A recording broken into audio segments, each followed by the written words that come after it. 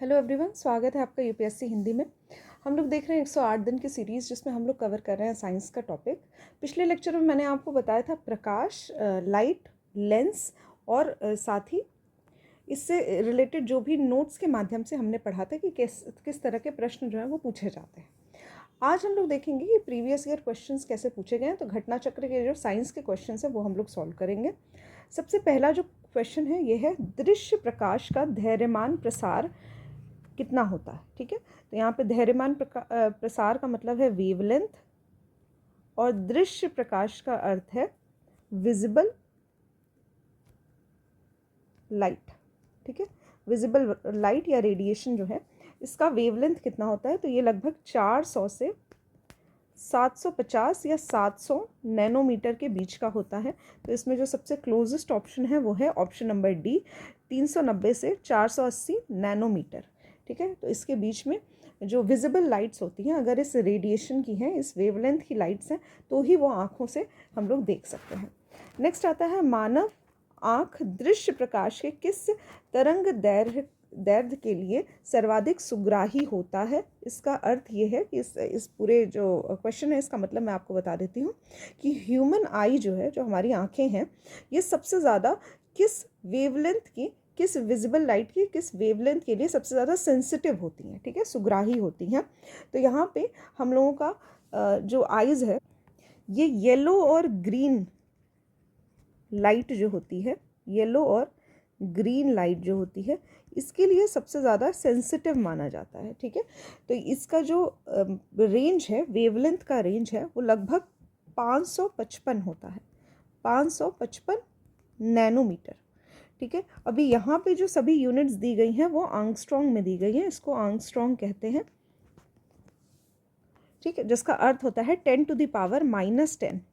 ठीक, तो अगर हम नैनोमीटर की बात करें तो इसका अर्थ होता है 10⁻⁹। तो यहाँ पे जो क्लोजेस्ट ऑप्शन है वो है 5500 आंगस्ट्रॉन्ग, मतलब यहाँ पे हो जाएगा आपका इतना नैनोमीटर। ठीक है, तो यहाँ पे क्लोजेस्ट ऑप्शन हो जाएगा आपका 5500 आंगस्ट्रॉन्ग। ठीक, यहाँ के हिसाब से वैसे तो ये आ रहा है इतना। ठीक है, 5550 आंगस्ट्रॉन्ग। ठीक है, बट ऑप्शंस में दिया हुआ है 5500, तो क्लोजेस्ट ऑप्शन वही है, तो हम लोग उसको टिक करेंगे। नेक्स्ट है, निम्न रंगों के बीच आँख की सुग्राहता किनके लिए सबसे अधिक होती है। तो ये अभी जस्ट मैंने आपको बताया कि हमारी आँखें जो है वो येलो और ग्रीन कलर के लिए सबसे ज़्यादा सेंसिटिव मानी जाती है। तो येलो और ग्रीन कलर, और इसका रेंज जो है वो 555 नैनोमीटर है। नेक्स्ट क्वेश्चन है, निम्नलिखित में से कौन सा कथन सही नहीं है।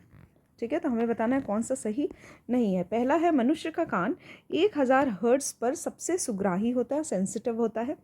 नेक्स्ट है, मनुष्य की आंखें लाल रंग के लिए सबसे अधिक सुग्राही होती है। तो अभी जस्ट हमने पढ़ा कि येलो और ग्रीन कलर के लिए सबसे ज़्यादा सेंसिटिव मानी जाती है हमारी आंखें, तो सेकेंड स्टेटमेंट हो जाता है हमारा गलत।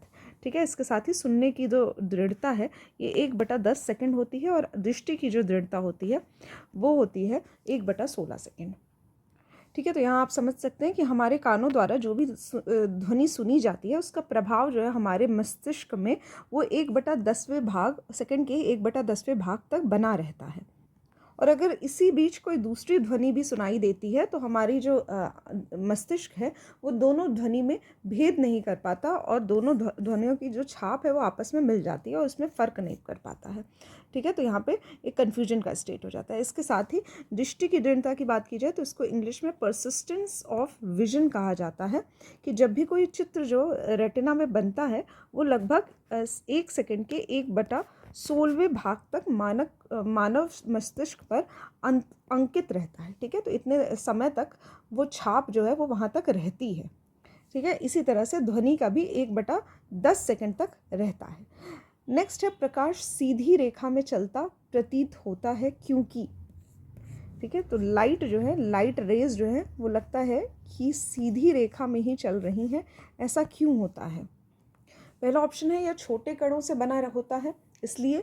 दूसरा है प्रकाश का वेग बहुत अधिक होता है, इसलिए। तीसरा ऑप्शन है प्रकाश का जो तरंग दैर्ध्य होता है ये बहुत छोटा होता है, यानी कि वेवलेंथ जो है ये काफ़ी कम होता है। ठीक है, लास्ट ऑप्शन है प्रकाश अपने चारों ओर से परावर्तित होता है, तो ये गलत है। यहाँ पे इसकी वेवलेंथ जो होती है वो बहुत कम होती है, इस वजह से इसमें फैलाव नहीं होता है। यहाँ से ये जो लाइट आती है ये फैलती नहीं है कुछ इस तरह से, क्योंकि इसका वेवलेंथ क्या होता है, छोटा होता है, इसलिए ये सीधा ही चलती है। ठीक है, तो इसका वेवलेंथ काफ़ी कम होता है, लैम्डा जो होता है वो काफ़ी कम होता है। इसके साथ ही इसमें डिफ्रैक्शन जो होता है वो भी काफ़ी कम होता है, इसलिए वो हमारी आंखों से नहीं दिखता है। हमें लगता है कि लाइट रेज जो है वो एकदम सीधी चली आ रही है। नेक्स्ट है निम्नलिखित में से किसका वेग अधिकतम होता है। पहला है कॉस्मिक किरणें, दूसरा है प्रकाश, तीसरा है इलेक्ट्रॉन और लास्ट ऑप्शन है हमारा पराध्वनिक तरंग। ठीक है, तो यहाँ पे जो करेक्ट ऑप्शन है यह है प्रकाश। लाइट की जो वेलोसिटी होती है सबसे ज़्यादा होती है। लाइट जो है वो ट्रैवल भी करती है सीधी लाइन में और इसकी वेलोसिटी जो होती है वो भी ज़्यादा होती है। इसके साथ ही वैक्यूम में इसकी वेलोसिटी जो होती है वो अत्यधिक होती है।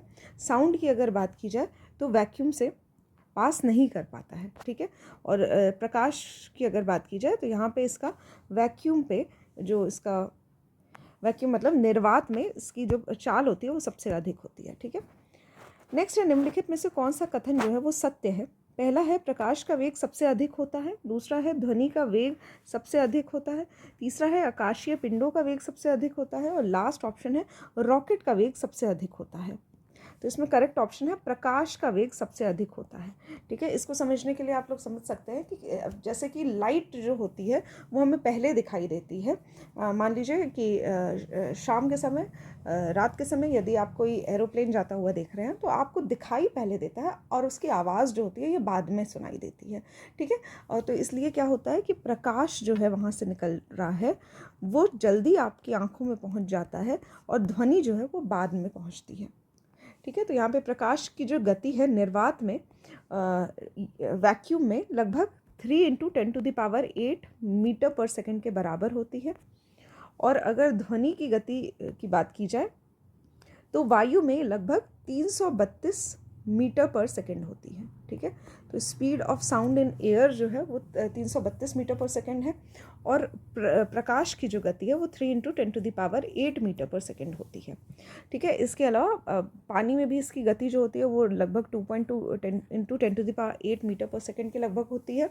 और प्रकाश का जो वेग है यदि कांच की बात की जाए तो उसमें भी लगभग 2 × 10⁸ मीटर पर सेकंड तक होता है। मतलब प्रकाश का वेग जो होता है वो अत्यधिक ज़्यादा होता है। ठीक है, और प्रकाश की जो गति है वो सदैव ध्वनि की गति से कंपैरिजन किया जाए तो साउंड से हमेशा ही लाइट की स्पीड जो होती है वो ज़्यादा होती है। नेक्स्ट क्वेश्चन है प्रकाश का वेग जो है ये अधिकतम कहाँ होता है। तो निर्वात में यानी कि वैक्यूम में इसका जो वेग होता है, वेलोसिटी होती है, ये सबसे अधिक होती है। कितनी होती है? 3 × 10⁸ मीटर पर सेकंड के बराबर होती है। ठीक है, तो यहाँ पे दिया हुआ है 3 × 10⁸ मीटर पर सेकंड। ये निर्वात में यानी कि वैक्यूम में होता है। इसके बाद कुछ और ऑप्शंस दिए हुए हैं जैसे कि हीरे में कितना होता है, पानी में कितना होता है, हाइड्रोजन में कितना होता है। ये याद करने की कुछ खास ज़रूरत नहीं है, आपको बस इतना पता होना चाहिए कि प्रकाश का वेग जो है वैक्यूम में निर्वात में कितना होता है। नेक्स्ट है सूर्य से पृथ्वी तक प्रकाश के पहुंचने में लगभग कितना समय लगता है। ठीक है, तो यहाँ पे करेक्ट ऑप्शन है 8 मिनट का समय लगता है। सूर्य से, सन से अर्थ तक प्रकाश के पहुंचने में लगभग 8 मिनट का समय लगता है। 8 मिनट का समय। ठीक है, तो कोई भी घटना यदि सूर्य पे घटित हो रही है और अगर हम लोग अर्थ पे देखने की कोशिश कर रहे हैं उस घटना को तो वो हमें 8 मिनट के बाद दिखाई देगी। ठीक है, 8 मिनट के बाद। ठीक है, एग्जैक्टली कहा जाए तो 8.3 मिनट। नेक्स्ट क्वेश्चन है जब प्रकाश एक माध्यम से दूसरे माध्यम में जाता है तो निम्न में से कौन सा एक अपरिवर्तित रहता है। ठीक है, तो प्रकाश जो है यदि एक माध्यम से दूसरे माध्यम में जा रहा है तो क्या चीज़ अपरिवर्तित रहती है। पहला है तीव्रता। ठीक है, तो इसका मतलब है इंटेंसिटी ऑफ लाइट, इंटेंसिटी। दूसरा है वेग, वेलोसिटी ऑफ लाइट। इसके बाद थर्ड ऑप्शन है हमारा तरंग दैर्ध्य यानी कि वेवलेंथ ऑफ लाइट नहीं बदलती है। या आवृत्ति यानी कि फ्रीक्वेंसी नहीं बदलती है, फ्रीक्वेंसी नहीं बदलती है। तो करेक्ट ऑप्शन हो जाएगा उसकी जो फ्रीक्वेंसी है ये नहीं बदलती है यदि वो एक माध्यम से दूसरे माध्यम में एंट्री करती है। ठीक है, यहाँ पे ध्यान दीजिएगा, उसका वेग बदलता है, इसके साथ ही इसका वेवलेंथ भी बदलता है और उसकी इंटेंसिटी भी बदल जाती है, लेकिन आवृत्ति नहीं बदलती है। नेक्स्ट क्वेश्चन है, प्रकाश तंतु जिसको ऑप्टिकल फाइबर कहा जाता है जिस सिद्धांत पर कार्य करता है वह है। तो सबसे पहले है पूर्ण आंतरिक परावर्तन जिसको हम लोग टोटल इंटरनल रिफ्लेक्शन कहते हैं। सेकंड है अपवर्तन और थर्ड ऑप्शन है प्रकीर्णन, लास्ट ऑप्शन है व्यतिकरण। ठीक है, तो ऑप्टिकल फाइबर जो है वो TIR पे वर्क करता है, टोटल इंटरनल रिफ्लेक्शन पे वर्क करता है ऑप्टिकल फाइबर, जो कि कंप्यूटर नेटवर्किंग, इंटरनेट या फिर टेलीकम्युनिकेशन के काम आता है। ठीक है, ऑप्टिकल फाइबर। नेक्स्ट क्वेश्चन है, निम्नलिखित कथनों पर विचार कीजिए। ठीक है, पहला है तंतु प्रकाशिकीय पूर्ण आंतरिक परावर्तन सिद्धांत पर आधारित है। यह अभी हमने देखा कि ऑप्टिकल फाइबर जो होता है वो टोटल इंटरनल रिफ्लेक्शन पे बेस्ड होता है। नेक्स्ट ऑप्शन है प्रकाशिक तंतु संचार तंत्र में ऊर्जा उपभोग अत्यधिक कम होता है। इसका मतलब है एनर्जी कंजप्शन जो होता है ऑप्टिकल फाइबर कम्युनिकेशन सिस्टम में ये काफ़ी कम होता है। ठीक है, एनर्जी कंजप्शन काफ़ी कम होता है। तीसरा ऑप्शन है हमारा प्रकाशिक तंतु संचार रेडियो आवृत्ति अवरोध से मुक्त है। मतलब जो रेडियो फ्रीक्वेंसी की इंटरफेरेंस होती है वो ऑप्टिकल फाइबर कम्युनिकेशन में नहीं होती है। ठीक है, और लास्ट ऑप्शन है भारत में प्रकाशित तंतु जो है इसके निर्माण में रिलायंस उद्योग समूह जो है ये इसका रिलेटेड है। ठीक है, तो रिलायंस समूह जो है वो इससे रिलेटेड नहीं है। यहाँ पे फोर्थ ऑप्शन हमारा गलत हो जाएगा। फर्स्ट, सेकेंड एंड थर्ड जो है ये ऑप्शन हमारा करेक्ट है। ठीक है, तो यहाँ पे ऑप्टिकल फाइबर के बारे में लिखा हुआ है, यहाँ पे आप लोग पढ़ सकते हैं कि ऑप्टिकल फाइबर क्या होता है। ठीक है, तो ये पतली सिलिका की पतली बेलनाकार नलिकाएं होती हैं। ठीक है, सिलिंड्रिकल पाइप्स जैसी होती हैं जिसमें प्रकाश का TIR होता है, मतलब इसका टोटल इंटरनल रिफ्लेक्शन होता है। इसके माध्यम से इसका कोई क्षय नहीं होता है, कोई लॉस नहीं होता है और एक स्थान से दूसरे स्थान तक इसको पहुंचाया जा सकता है। ठीक है, इसमें संचार तंत्र में ऊर्जा का उपभोग जो है, एनर्जी का जो कंजप्शन होता है वो काफ़ी कम होता है, इसलिए इसमें लॉस भी नहीं होते हैं और साथ ही इसमें एनर्जी भी काफ़ी कम लगती है। साथ ही किसी भी तरह का इलेक्ट्रोमैग्नेटिक अवरोध नहीं होता, रेजिस्टेंस नहीं मिलता है। साथ ही रेडियो आवृत्ति का अवरोध यानी कि कोई भी रेडियो फ्रीक्वेंसी की किसी भी तरह की इंटरफेरेंस नहीं होती है। ठीक है, और इससे संबंधित जो कंपनी का नाम है इसका नाम है स्टरलाइट। ठीक है, स्टरलाइट नामक जो कंपनी है ये ऑप्टिकल फाइबर बनाती है। नेक्स्ट आता है मरीजों के पेट के अंदर का परीक्षण करने हेतु डॉक्टर्स द्वारा प्रयुक्त एंडोस्कोप। एंडोस्कोप निम्नलिखित में से किस सिद्धांत पर कार्य करता है? तो प्रकाश का सकल आंतरिक परावर्तन जो है, टोटल इंटरनल रिफ्लेक्शन जो है, यही इसका फिनोमिना है जिसकी वजह से जिस प्रिंसिपल पे एंडोस्कोप जो है वो कार्य करता है। ठीक है, नेक्स्ट है एक एंडोस्कोप क्या है? एक संकीर्ण दूरदर्शी है, कैमरा का प्रकार है, सरल सूक्ष्मदर्शी है या इनमें से कोई नहीं। तो ये एक डिवाइस है जिसकी वजह से जो कि ऑप्टिकल फाइबर तकनीक पे कार्य करता है और टोटल इंटरनल रिफ्लेक्शन होता है जिसकी वजह से डॉक्टर्स के द्वारा मरीजों के पेट के अंदर की चीज़ें जो है वो देखी जाती है। ठीक है, तो ये एक चिकित्सीय उपकरण है। नेक्स्ट है मृग मरीचिका या फिर मृग तृष्णा जिसको हम लोग मिराज कहते हैं, मिराज फॉर्मेशन, ये इसका कारण क्या है? कई बार ये प्रश्न पूछा गया है। तो प्रकाश का व्यतिकरण या फिर प्रकाश का विवर्तन, प्रकाश का ध्रुवण या फिर प्रकाश का पूर्ण आंतरिक परावर्तन। ठीक है, तो प्रकाश का टोटल इंटरनल रिफ्लेक्शन जो है, पूर्ण आंतरिक परावर्तन, यही कारण होता है मिराज फॉर्मेशन का या फिर मृग तृष्णा का। ठीक है, तो यहाँ पे हम लोग देख सकते हैं मिराज या फिर मृग मरीचिका जो होती है ये एक प्रकार का वायुमंडलीय दृष्टि भ्रम होता है जिसमें किसी स्थान पे, रेगिस्तान जैसे स्थान पे यदि पानी जैसा दिखता है या फिर जलाशय दिखता है या फिर दूरस्थ वस्तु के उल्टे या बड़े आकार के होने का प्रतिबिंब दिखता है। नेक्स्ट क्वेश्चन है हमारा, एक कटा हुआ हीरा जगमगाहट के साथ चमकता है, ऐसा क्यों?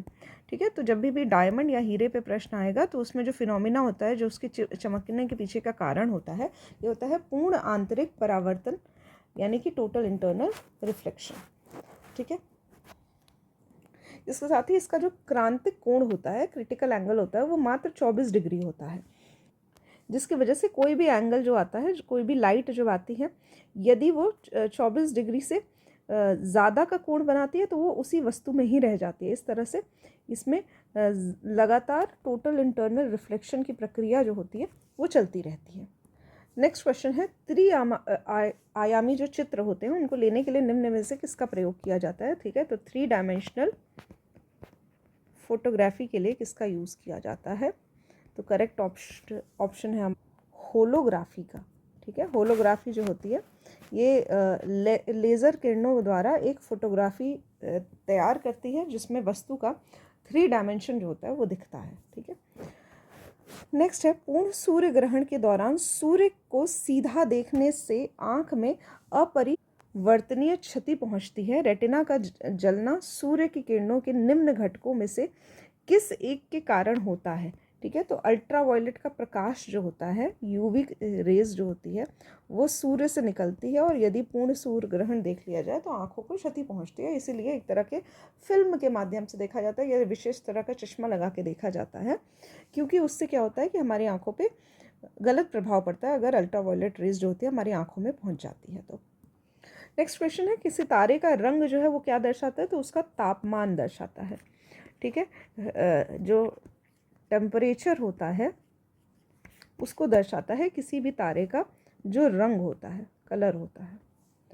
ठीक है, तो जो सबसे सर्वाधिक गर्म तारे होते हैं वो नीले रंग के दिखाई देते हैं, जो सबसे कम गर्म तारे होते हैं वो लाल रंग के दिखाई देते हैं। ठीक है, तो तारों के रंग की अगर बात की जाए तो नीला रंग, नीला श्वेत रंग, श्वेत पीला, पीला नारंगी एवं लाल देखने को मिलता है। और ये सभी जो हैं इनके टेम्परेचर पे डिपेंड करता है। सबसे ज़्यादा टेम्परेचर होगा तो नीला दिखाई देगा, और जैसे जैसे टेम्परेचर जो है वो धीरे कम होता जाएगा तो नीला श्वेत दिखेगा, उसके बाद श्वेत दिखेगा, फिर श्वेत पीला दिखेगा, पीला दिखेगा और नारंगी दिखेगा, और सबसे लास्ट में जब सबसे कम इसका तापमान हो जाता है लगभग 3500 से 2000 केल्विन तक, तब इसका रंग जो होता है वो लाल हो जाता है। नेक्स्ट क्वेश्चन है, क्षितिज के समीप जो है सूर्य एवं चंद्रमा के दीर्घ वृत्ताकार दिखाई देने का कारण जो होता है, इसका कारण होता है अपवर्तन। ठीक है, तो रिफ्रैक्शन ऑफ लाइट जो है वो इसका कारण है कि सूर्य और चंद्रमा जो होते हैं वो ज़्यादा बड़े दिखाई देते हैं जब वो क्षितिज के यानी कि हॉरिजन के करीब आते हैं। नेक्स्ट क्वेश्चन है, सूर्य के प्रकाश के अदृश्य भाग से प्रकाश संश्लेषण किया जाता है कुछ बैक्टीरिया के द्वारा। ठीक है, तो याद रखिएगा आपको कुछ विशेष किस्म के बैक्टीरिया होते हैं, जैसे कि जो समुद्र के गहरे तल में सतह पे मिलते हैं, तो वहाँ पे प्रकाश जो है वो पूर्णतः पहुँच नहीं पाता है, फिर भी फोटोसिंथेसिस की प्रक्रिया की जाती है बैक्टीरिया के द्वारा बिना प्रकाश के। नेक्स्ट है, निम्नांकित ऊर्जा रूपांतरणों में से किसके द्वारा प्रकाश संश्लेषण की जो क्रिया है वो संपादित होती है? तो यहाँ पे एनर्जी का ट्रांजिशन पूछ रहा है, प्रकाश संश्लेषण में कौन सी एनर्जी का ट्रांजिशन होता है? तो प्रकाश से यानी कि लाइट से केमिकल एनर्जी बनाई जाती है, रासायनिक ऊर्जा बनाई जाती है, इसी को हम लोग फोटोसिंथेसिस की प्रक्रिया कहते हैं। नेक्स्ट क्वेश्चन है, वायुमंडल में प्रकाश के प्रसार का कारण क्या होता है? तो इसका कारण होता है धूल के जो कण होते हैं, डस्ट पार्टिकल्स होते हैं, उसी की वजह से प्रकाश का प्रसार होता है, पार्टिकल्स। नेक्स्ट क्वेश्चन है, प्रकाश का रंग किसके द्वारा निर्धारित होता है? तो उसके तरंग दैर्ध्य यानी कि वेवलेंथ के द्वारा डिसाइड होता है कि कितना कौन से रंग का प्रकाश जो होगा वो होगा। ठीक है, तो यहाँ पे यदि सबसे अधिक वेवलेंथ है तो वो लाल रंग का होगा, और यदि सबसे कम वेवलेंथ है तो वो वॉयलेट रंग का होगा। इसके लिए याद रख सकते हैं आप विबग्योर। ठीक है, तो यहाँ पे इसका आर का यहाँ पे वी जो है वॉयलेंट रंग को दिखा रहा है, उसका वेवलेंथ सबसे कम होता है, आर का वेवलेंथ जो होता है वो सबसे ज़्यादा होता है। नेक्स्ट क्वेश्चन है, सफ़ेद प्रकाश में उपस्थित निम्नलिखित रंगों में से कौन सा रंग है जो शीशे के प्रिज्म द्वारा सबसे कम विचलित होता है? ठीक है, तो जिसका वेवलेंथ सबसे अधिक होता है वह कम विचलित होता है। इसका करेक्ट ऑप्शन होगा लाल रंग। नेक्स्ट क्वेश्चन है ट्रैफिक सिग्नल में लाल प्रकाश प्रयुक्त होता है क्योंकि, तो लाल रंग का यूज़ किया जाता है ज़्यादातर क्योंकि इसकी जो तरंगे हैं इनकी लंबाई या दैर्ध्य जो होता है वो सबसे सर्वाधिक होता है, इसका वेवलेंथ जो होता है वो सबसे ज़्यादा होता है और साथ ही ये कम विचलित होता है। ठीक है, तो यहाँ पे इसका डिफ्रैक्शन भी नहीं होता है, एक सीधी लाइन जो होती है वो सीधा सीधा चलती है और यहाँ पे रेड कलर जो होता है वो दूर से ही दिखाई देने लगता है। ठीक है, नेक्स्ट क्वेश्चन है खतरे का सिग्नल लाल रंग का बनाया जाता है, कारण दिया हुआ है लाल रंग का प्रकीर्णन सबसे कम होता है। ठीक है, तो अभी मैंने आपको जस्ट बताया कि लाल रंग का डिफ्रैक्शन जो होता है वो सबसे कम होता है, इसलिए यहाँ पे ये कथन कारण दोनों ही सही और सही व्याख्या भी किया गया है। नेक्स्ट क्वेश्चन है सूर्यास्त तथा सूर्योदय के समय जो सूर्य के लाल रंग का प्रतीत होने का कारण क्या होता है। ठीक है, तो जब भी सूर्यास्त होता है या फिर सूर्योदय होता है तो सूर्य जो होता है वो लाल रंग का दिखाई देता है। ऐसा क्यों होता है, तो प्रकाश का प्रकीर्णन होता है, स्कैटरिंग ऑफ लाइट होती है, स्कैटरिंग ऑफ लाइट, या फिर प्रकाश का अपवर्तन होता है, रिफ्रैक्शन ऑफ लाइट होता है, प्रकाश का संपूर्ण आंतरिक परावर्तन होता है, टोटल इंटरनल रिफ्लेक्शन, या फिर प्रकाश का परिक्षेपण होता है, डिस्पर्सन ऑफ लाइट होता है। तो यहाँ पे करेक्ट आंसर हो जाएगा स्कैटरिंग ऑफ लाइट जो होता है, इसके कारण रेड रंग का प्रतीत होता है सूर्य। ठीक है, तो इसका कारण समझ सकते हैं हम लोग, सूर्योदय और सूर्यास्त के समय जो होती है किरणों को वायुमंडल में सबसे अधिक दूरी पार करनी रहती है। ठीक है, क्योंकि हॉरिजन पे रहता है, अभी यहाँ पे सूर्योदय के समय या फिर सूर्यास्त के समय ज़्यादा डिस्टेंस जो होता है वो कवर करना रहता है, इसलिए क्या होता है इसके कारण जो प्रकाश की छोटी तरंगें होती हैं उनका स्कैटरिंग हो जाता है, प्रकीर्णन हो जाता है। केवल लाल रंग ही ऐसा होता है जिसकी स्कैटरिंग जो होती है सबसे कम होती है, इसी कारण से वही उसी रंग का वो दिखाई देता है। ठीक है, नेक्स्ट है अंतरिक्ष यात्री को आकाश का रंग किस रंग का दिखाई देता है, तो अंतरिक्ष यात्री को आकाश का रंग जो है वो काला दिखाई देता है। काला इसलिए दिखाई देता है क्योंकि अंतरिक्ष में वायुमंडल का अभाव होता है, तो सूर्य के जो प्रकाश की किरणें होती हैं उनका ना ही स्कैटरिंग हो पाती है ना ही रिफ्रैक्शन हो पाता है, इसी वजह से अंतरिक्ष यात्री को कुछ भी, मतलब एक तरह से देखा जाए तो कुछ भी नहीं दिखाई देता है, डार्क दिखाई देता है, ब्लैक कलर का दिखाई देता है। ठीक है, जब अधिक ऊंचाई पर वायुयान से आकाश को देखा जाता है तो उसका रंग जो होता है वो काला दिखाई देता है। नेक्स्ट है सूर्य के प्रकाश में रंगों की संख्या कितनी होती है, तो 7 रंग होते हैं, नाम भी मैंने आपको बताया, विबग्योर होता है। ठीक है, रेनबो का रंग आपने देखा होगा इंद्रधनुष का, तो वो 7 रंगों का होता है। नेक्स्ट क्वेश्चन है हमें घास का रंग जो है वो हरा क्यों दिखाई देता है, इसलिए दिखाई देता है क्योंकि हरे रंग का प्रकाश ही हमारी आंखों पर रिफ्रैक्ट होता है। ठीक है, तो मतलब जो हरी घास है वो सारी लाइट्स जो है, जो भी उसके ऊपर प्रकाश पड़ रहा है वो सभी एब्जॉर्ब कर लेती है, बस हरा रंग जो है इसको एब्जॉर्ब नहीं करती और हरा रंग को वापस से रिफ्लेक्ट बैक करती है। ठीक है, रिफ्लेक्ट बैक होने की वजह से क्या होता है कि यहाँ पे ग्रीन रंग का ही वो दिखाई देने लगता है। ठीक है, तो यहाँ पे सभी रंग जो हैं इसको अवशोषित कर लेती है, एब्जॉर्ब कर लेती है और हरे रंग का प्रकाश को परावर्तित कर देती है, इसी कारण से वो हरा रंग का दिखाई देता है। नेक्स्ट है प्रसारी विश्व की संकल्पना आधारित है। ठीक है, the concept of expanding world, ये वर्ल्ड जो है हमारा जो यूनिवर्स है वो अभी भी क्या कर रहा है, प्रसार कर रहा है, एक्सपैंड कर रहा है, कंटिन्यूअसली एक्सपैंड कर रहा है। ऐसा किसने कहा है, तो ऐसा किसके द्वारा हो रहा है, डॉपलर इफेक्ट के द्वारा हो रहा है, डॉपलर प्रभाव के द्वारा। ठीक है, नेक्स्ट क्वेश्चन है कार के पीछे के यातायात के दृश्यावलोकन के लिए किस प्रकार के शीशे का प्रयोग किया जाता है, तो यहाँ पे बैक मिरर की बात हो रही है, बैक व्यू मिरर, किस प्रकार के शीशे का यूज़ किया जाता है कार के पीछे के यातायात को देखने के लिए।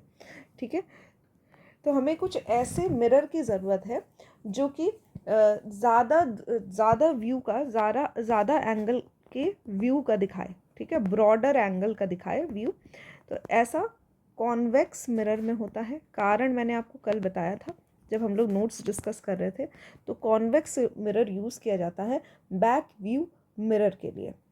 नेक्स्ट क्वेश्चन है खगोलीय दूरदर्शी जो होती है इसमें जो प्रतिबिंब बनता है वो कैसा होता है, तो खगोलीय दूरदर्शी अर्थात एस्ट्रोनॉमिकल टेलीस्कोप जो होता है, टेलीस्कोप जो कि स्पेस की चीज़ें देखने के लिए यूज़ होता है, इसमें जो प्रतिबिंब बनता है, जो इमेज बनती है वो काल्पनिक होती है।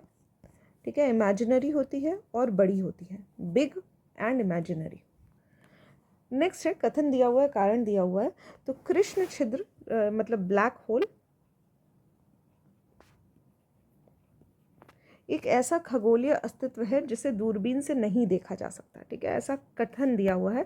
कारण ये कह रहा है कि कृष्ण छिद्र पर गुरुत्वीय क्षेत्र इतना प्रबल होता है, ठीक है, तो इसका जो ग्रेविटेशनल फील्ड होता है वो इतना प्रबल होता है कि ये प्रकाश को भी अपने अंदर समा लेता है, मतलब प्रकाश भी इससे बच के निकल नहीं पाता है, ठीक है। ये दोनों ही कथन भी और कारण भी सही है और साथ ही इसका सही एक्सप्लेनेशन भी है, इसलिए करेक्ट ऑप्शन हो जाएगा option number A. Next question है, जब दो समानांतर समतल दर्पण, ठीक है, दो प्लेन मिरर हैं और इनके बीच में कोई वस्तु रख दी जाती है तो इसमें बनने वाले प्रतिबिंब की संख्या कितनी होगी? तो असंख्य यानी कि अनंत प्रतिबिंब जो है वो बनते हैं, तो करेक्ट ऑप्शन हो जाएगा इन्फिनाइट।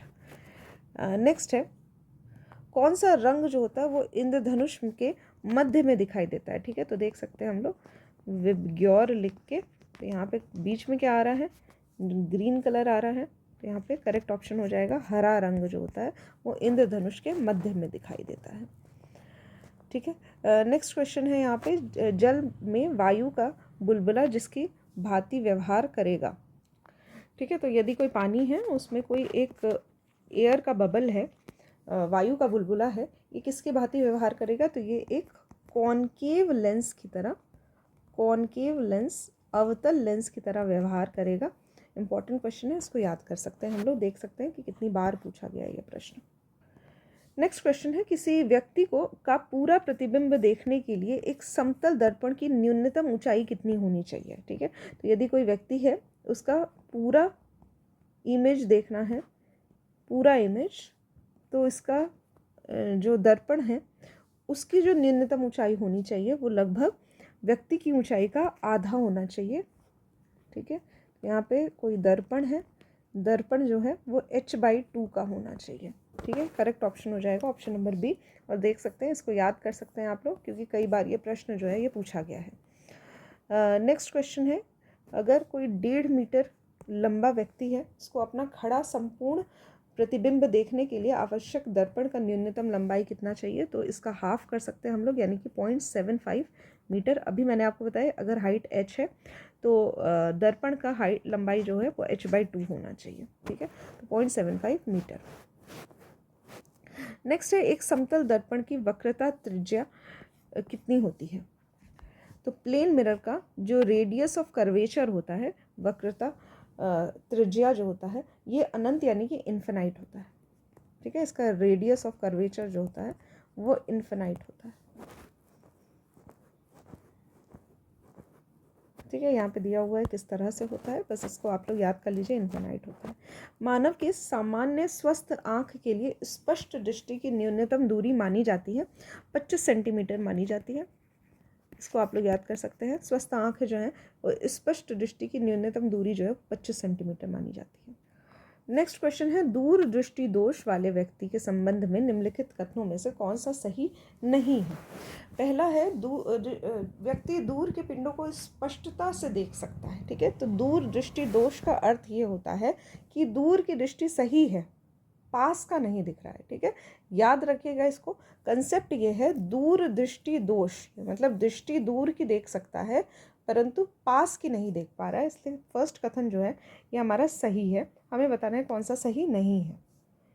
नेक्स्ट क्वेश्चन है, लेंस का जो नभ्यांतर होता है ये अधिक होता है, यानी कि इसका जो फोकल लेंथ होता है वो ज़्यादा हो जाता है, ठीक है, तो दूर दृष्टि दोष में जो फोकल लेंथ होता है ये ज़्यादा हो जाता है, ये भी ऑप्शन सही है।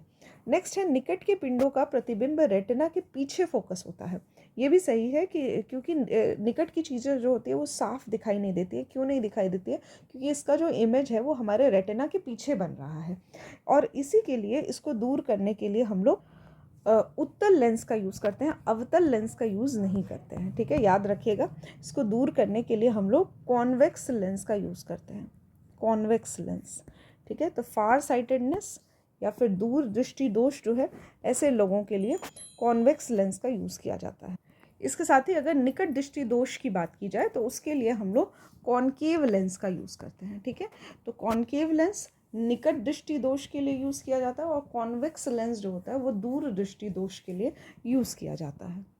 फिर से वही क्वेश्चन पूछा हुआ है, निकट दृष्टि दोष के लिए कौन सा लेंस यूज़ किया जाता है? तो निकट दृष्टि दोष के लिए कॉनकेव लेंस यूज़ किया जाता है, अवतल लेंस यूज़ किया जाता है। ठीक है, यहाँ पे ध्यान दीजिएगा, जैसे ये प्रश्न पूछा गया है तो यहाँ पे आपको कॉनकेव लिखा हुआ मिलता है, तो इसको भी आप लोगों को याद रखना है कि किस तरह से आप लोगों को अवतल उत्तल लेंस, कॉनकेव कॉन्वेक्स लेंस को आपको पता होना चाहिए कि दोनों में क्या फ़र्क है और क्या किस तरह से बोला जाता है, मतलब हिंदी इंग्लिश दोनों ही पता होनी चाहिए आपको।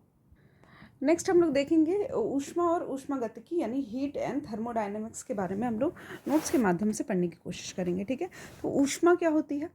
ऊष्मा होती है जब भी टेम्परेचर डिफरेंस होता है, मतलब एक ऑब्जेक्ट जो है वो मान लीजिए 10 डिग्री सेल्सियस पे है और दूसरा ऑब्जेक्ट जो है वो 30 डिग्री सेल्सियस पे है। ठीक है, तो दोनों में टेम्परेचर का डिफरेंस है, 20 डिग्री सेल्सियस का फ़र्क है। तो यहाँ पे क्या होगा, ऊष्मा जो है वो प्रवाहित होना शुरू होगी 30 डिग्री सेल्सियस से 10 डिग्री सेल्सियस वाले ऑब्जेक्ट में।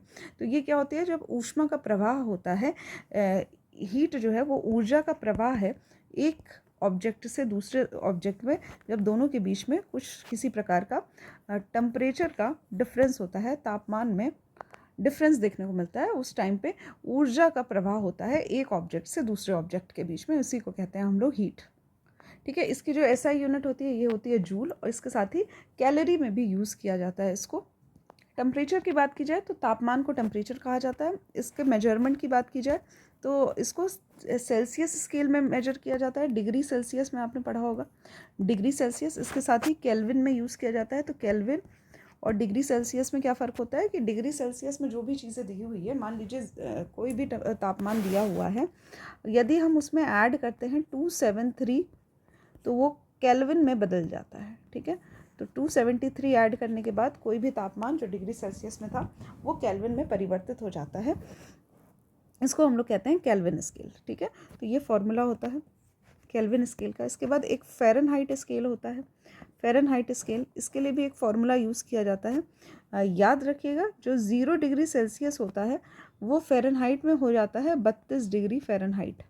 ठीक है, और जो 100 डिग्री सेल्सियस होता है, यानी कि बॉइलिंग पॉइंट ऑफ वाटर जो होता है हमारा 100 डिग्री सेल्सियस होता है, ये अगर फ़ारेनहाइट में बदले तो 212 फ़ारेनहाइट में बदल जाता है। ठीक है, 212 और 32 दोनों ही आप लोग याद करिए, इनके बीच का जो रिलेशन होता है वो दिया जाता है कुछ इस तरह से। ठीक है, तो यहाँ पे होता है C/5, C यानी कि जो भी सेल्सियस में दिया हुआ तापमान है, C/5 is equals to Fahrenheit में दिया हुआ तापमान -32/9।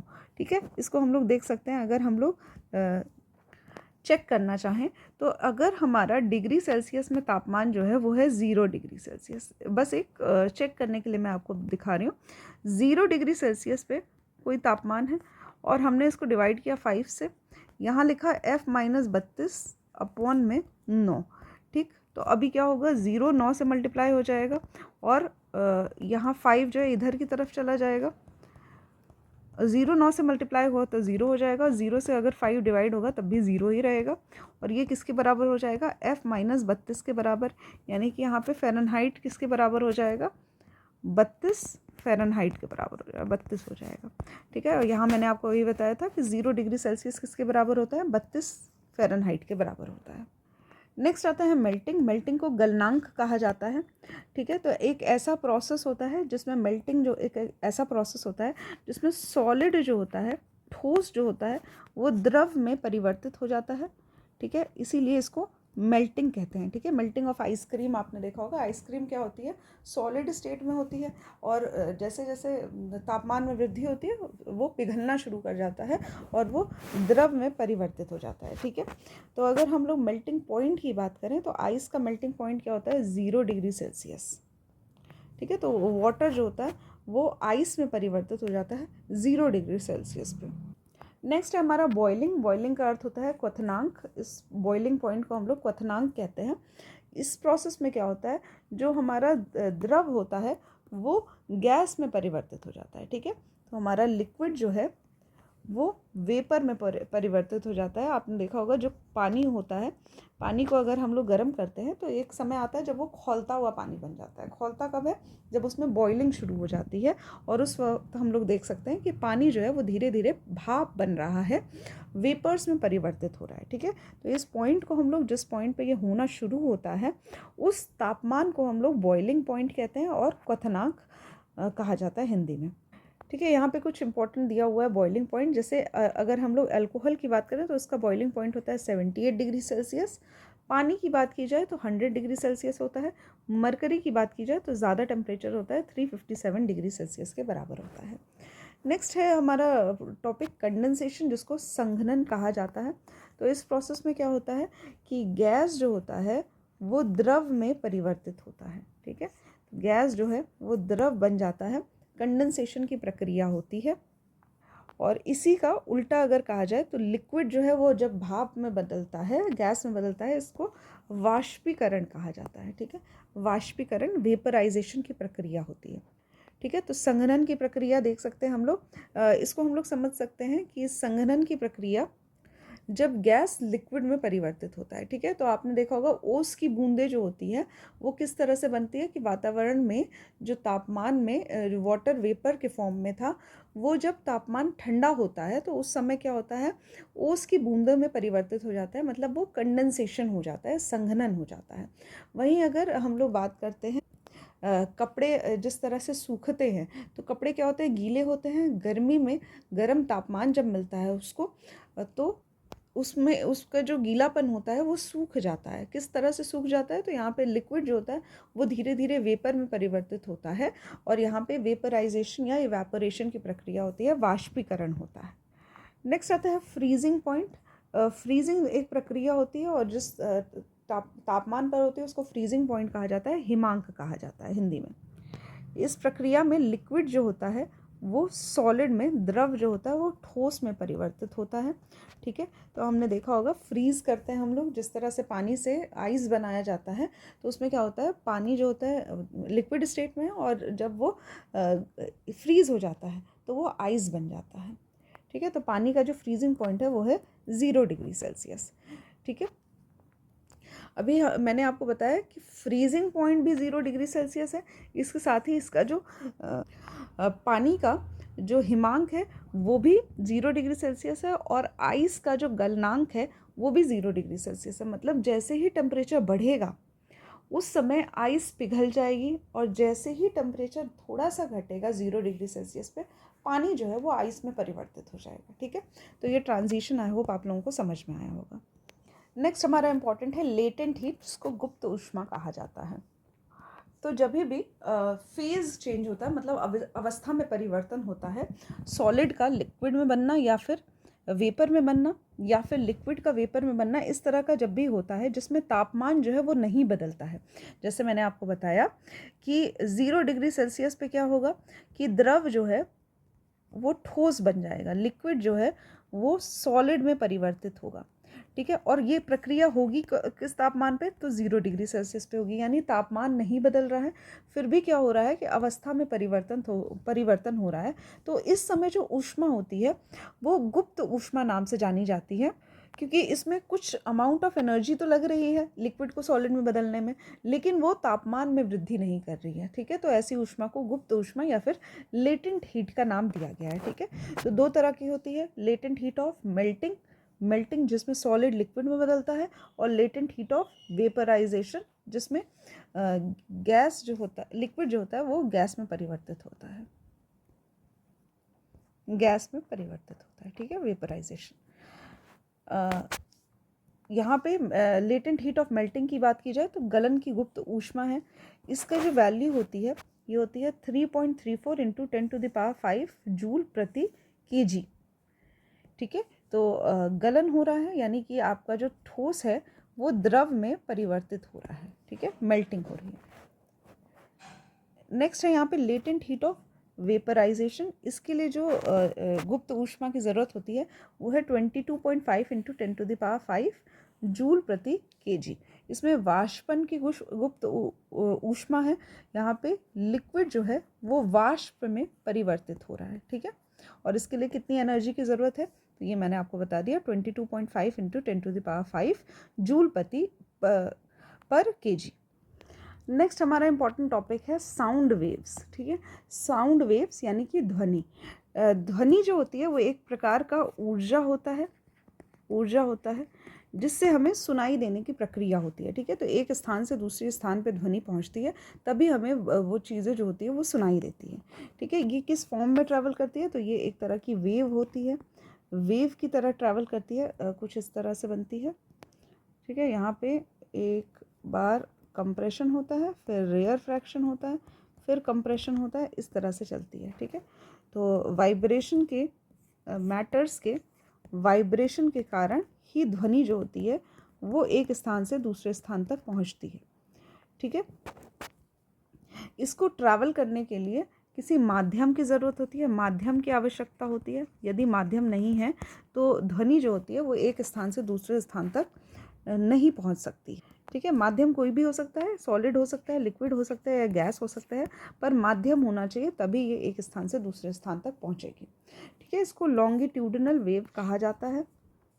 लॉन्गिट्यूडिनल वेव क्या होता है ये मैंने आपको पिछले लेक्चर में पढ़ाया है, तो अगर आपने वो नहीं देखा है तो वहाँ से आप लोग देख सकते हैं। वहाँ पे मैंने आपको साउंड के बारे में भी बताया था कि ध्वनि जो होती है किस प्रकार का तरंग होती है। तो इसको तरंग वाला जो चैप्टर है वो मैंने आपको प्रकाश के साथ ही पढ़ाया है, वो लेक्चर आप लोग देख सकते हैं। नेक्स्ट है हमारा, अगर हम लोग साउंड के वेग की बात करें, स्पीड ऑफ साउंड की बात करें, तो ये माध्यम पे डिपेंड करता है।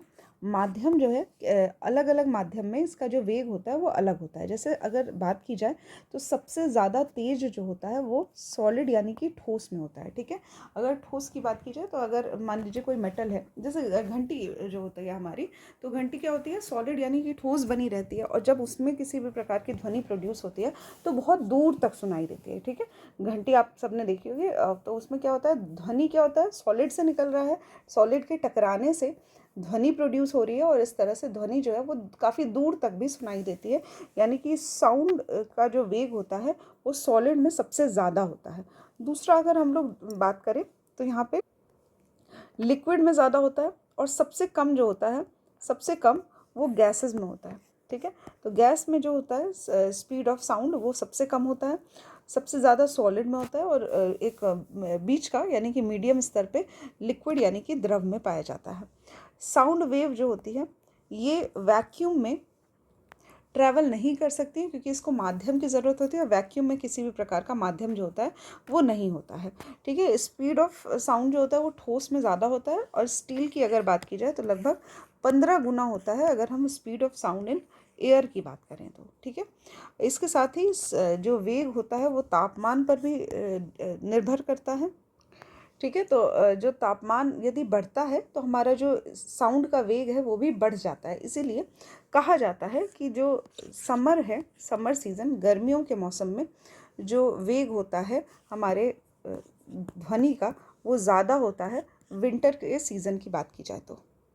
यहाँ कुछ स्पीड ऑफ साउंड के बारे में बात की गई। अगर हम हवा की बात करते हैं 0 डिग्री सेल्सियस पे, तो स्पीड ऑफ साउंड होता है लगभग 331 मीटर प्रति सेकेंड। और हवा की बात करते हैं 22 डिग्री सेल्सियस पे, क्योंकि तापमान बढ़ गया है तो इसलिए इसका वेग भी बढ़ जाता है, तो 344 मीटर प्रति सेकेंड हो जाता है। हाइड्रोजन में यानी कि गैस में इसका जो स्पीड होता है वो ज़्यादा होता है, 1284 मीटर प्रति सेकेंड। उसके बाद अगर हम लोग पानी की बात करें तो पानी में इसका जो स्पीड होता है वो लगभग 1531 मीटर प्रति सेकंड होता है। फिर सॉलिड में देख सकते हैं हम लोग, सबसे ज़्यादा स्पीड देखी गई है एल्यूमिनियम में इतनी होती है, आयरन में इतनी होती है, स्टील में इतनी होती है। ठीक है, याद आपको जो रखना है वो ये याद रखना है कि सॉलिड में इसकी स्पीड ज़्यादा होती है, लिक्विड में उससे कम होती है, और गैस में सबसे कम होती है। यहाँ पे ये सभी वैल्यूज़ आपको याद करने की ज़रूरत नहीं है। हाँ, हवा का वैल्यू आप लोग याद कर सकते हैं। नेक्स्ट है फ्रीक्वेंसी रेंज ऑफ साउंड। ठीक है, तो ध्वनि की जो आवृत्ति रेंज होती है उसके बारे में हम लोग बात करेंगे। तो यहाँ पे जो ध्वनि है, ध्वनि तरंगे, इनको 3 तरह से विभाजित किया गया है अगर हम लोग उसके फ्रीक्वेंसी की आवृत्ति की बात करें। सबसे पहला आता है ऑडिबल, जो कि सुनाई योग्य होता है। ऐसे ध्वनि तरंगे जो होती हैं ये हमें सुनाई देती हैं, और इनकी जो फ्रीक्वेंसी होती है वो 20 हर्ट्ज से लेकर 20,000 हर्ट्ज तक की होती है। ठीक है, 20 से लेकर 20,000 हर्ट्ज की। उसके बाद आता है इंफ्रासोनिक। इंफ्रासोनिक यानी कि 20 हर्ट्ज से कम की जो ध्वनियाँ होती हैं जो कि सुनाई नहीं देती हैं, इनको हम लोग इंफ्रासोनिक कहते हैं। ठीक है, हालांकि कुछ जानवर जो होते हैं वो इंफ्रासोनिक 20 हर्ट्ज से भी कम की भी ध्वनि को सुन सकते हैं, जैसे कि व्हेल या फिर एलिफेंट्स, हाथी, इस तरह की चीज़ें जो होती है ये इंफ्रासोनिक जो ध्वनि तरंगे होती हैं इनको भी सुन सकती हैं। इसीलिए कहा जाता है, माना जाता है ऐसा कि यदि अर्थक्वेक आने वाला है, भूकंप आने वाला है या फिर किसी तरह का वल्केनो आने वाला है, तो ये जानवरों को पहले ही इसका पता चल जाता है क्योंकि वो बहुत धीरे आवाज़ भी सुन सकते हैं। नेक्स्ट आता है अल्ट्रासोनिक वेव्स। अल्ट्रासोनिक का मतलब ये है कि 20,000 से ज़्यादा की जो हर्ट्स होती हैं, फ्रीक्वेंसी होती हैं, ऐसी जो ध्वनि तरंगे होती हैं इनको अल्ट्रासोनिक कहा जाता है, और ये भी हम लोग नॉर्मल अपने कान से सुन नहीं सकते हैं। ठीक है, ऐसी भी ध्वनि जो होती है ये कुछ जानवर सुन सकते हैं, जैसे कि बैट, चमगादड़ और व्हेल्स, डॉल्फिन, ये सभी क्या होते हैं, बहुत छोटी आवाज़ भी बहुत ज़्यादा इन लोगों को बहुत सुनाई देती है, साथ ही बहुत ज़्यादा ऊंची आवाज़ भी इन लोगों को सुनाई देती है। ठीक है, तो 20,000 हर्ट्ज से भी ज़्यादा की आवाज़ें इनको सुनाई देती है। इसका यूज़ कहाँ किया जाता है, तो अल्ट्रासोनिक वेव्स का अल्ट्रासाउंड किया जाता है ना, जिस तरह से अल्ट्रासाउंड आपने मेडिकल फील्ड में अक्सर सुना होगा, उसमें यूज़ किया जाता है। इसके साथ ही एक हार्ट का टेस्ट होता है, इकोकार्डियोग्राफी, इको टेस्ट होता है, उसके लिए भी यूज़ किया जाता है। इसमें हार्ट को हम लोग चेक कर सकते हैं। अल्ट्रासाउंड वेव्स पास किया जाता है जिससे कि बॉडी के अंदर की चीज़ों को बारे में हम लोग जान सकते हैं। ठीक है, इसके साथ ही सोनार जो होता है जो कि हेल्प करता है हम लोग पानी के अंदर दूरी नापने के लिए या फिर दिशा नापने के लिए, इसको भी हम लोग यूज़ करते हैं। सोनार का यूज़ किया जाता है और इसका जो प्रिंसिपल है, इसका जो सिद्धांत है, वो अल्ट्रासोनिक वेव्स पे बेस्ड है। नेक्स्ट हमारा इम्पोर्टेंट टॉपिक है मैक नंबर। ठीक है, मैक नंबर क्या होता है, मैक नंबर, तो इसके बारे में हम लोग जानेंगे। मैक नंबर, यहाँ पे ये एक तरह का अनुपात होता है, एक रेशियो होता है जिसमें हम लोग speed of body to the speed of sound, ये हम लोग नापते हैं। ठीक है, तो किसी ऑब्जेक्ट की स्पीड और speed of sound in air जो है, इसका अनुपात जो होता है, इसको हम लोग मैक नंबर कहते हैं। किस लिए यूज़ होता है, तो जैसे कि हम लोगों का एयरक्राफ्ट होता है या एरोप्लेन होता है या फिर रॉकेट होते हैं, रॉकेट लॉन्चर होते हैं, इनका जो वेग होता है ये बहुत ज़्यादा होता है, तो इसका एक अनुपात लिया जाता है स्पीड ऑफ साउंड से। हवा में जो इस वेग होता है ध्वनि का, इससे एक अनुपात लिया जाता है और इसी को हम लोग मैक नंबर कहते हैं। और इसी के बेसिस पे एयरक्राफ्ट को हम लोग 3 तरह से विभाजित करते हैं। एक होता है सबसोनिक, एक होता है सुपरसोनिक और एक होता है हाइपरसोनिक। सबसोनिक का अर्थ ये होता है कि जब स्पीड जो होती है वो हवा के मतलब ध्वनि की के वेग से कम होती है किसी की स्पीड, तो उसको सबसोनिक कहा जाता है। ठीक है, और यदि उसके बराबर होती है तो उसको सुपरसोनिक कहा जाता है। मतलब 1 से 5 तक का जो मैक नंबर होता है, इसको हम लोग सुपरसोनिक की कैटेगरी में रखते हैं। ठीक है, कुछ मिसाइल्स जो होती हैं वो सुपरसोनिक मिसाइल्स होती हैं, और इसके बाद अगर 5 से भी ज़्यादा का रेशियो बनाता है तो उसको हम लोग कहते हैं हाइपरसोनिक। जैसे कि ब्रह्मोस 2 मिसाइल क्या है, ये एक तरह का हाइपरसोनिक ऑब्जेक्ट है। ठीक है, इससे संबंधित जिस तरह से प्रश्न पूछे जाते हैं वो हम लोग नेक्स्ट क्लास में देखेंगे, और आज के लेक्चर में मैंने आपको बताया। ठीक है, आज के लेक्चर में बस इतना ही। कुछ क्वेश्चंस हैं, आप लोगों को कमेंट बॉक्स में इसका आंसर बताना है। पहला क्वेश्चन जो है वो है स्पीड ऑफ लाइट क्या होती है। ठीक है, तो प्रकाश का वेग बताना है आपको हवा में। इसके साथ ही आपको बताना है स्पीड ऑफ साउंड कितना होता है हवा में, तो आपको ध्वनि का वेग बताना है। तीसरा आपको बताना है इको क्या होता है। ठीक है, इको क्या चीज़ होती है ये आपको बताना है। ठीक है, तो ये सभी चीज़ें जो है ये आप लोग कमेंट बॉक्स में लिख सकते हैं इसका आंसर, और साथ ही जो भी आप लोगों को टॉपिक पढ़ाया गया है ये आप लोग रिवाइज ज़रूर से करिएगा। ठीक है, आज के लेक्चर में बस इतना ही। पढ़ते रहिए आराम से और प्रीवियस ईयर क्वेश्चन ज़रूर से सॉल्व करिएगा। ठीक है, thank you for watching the lecture.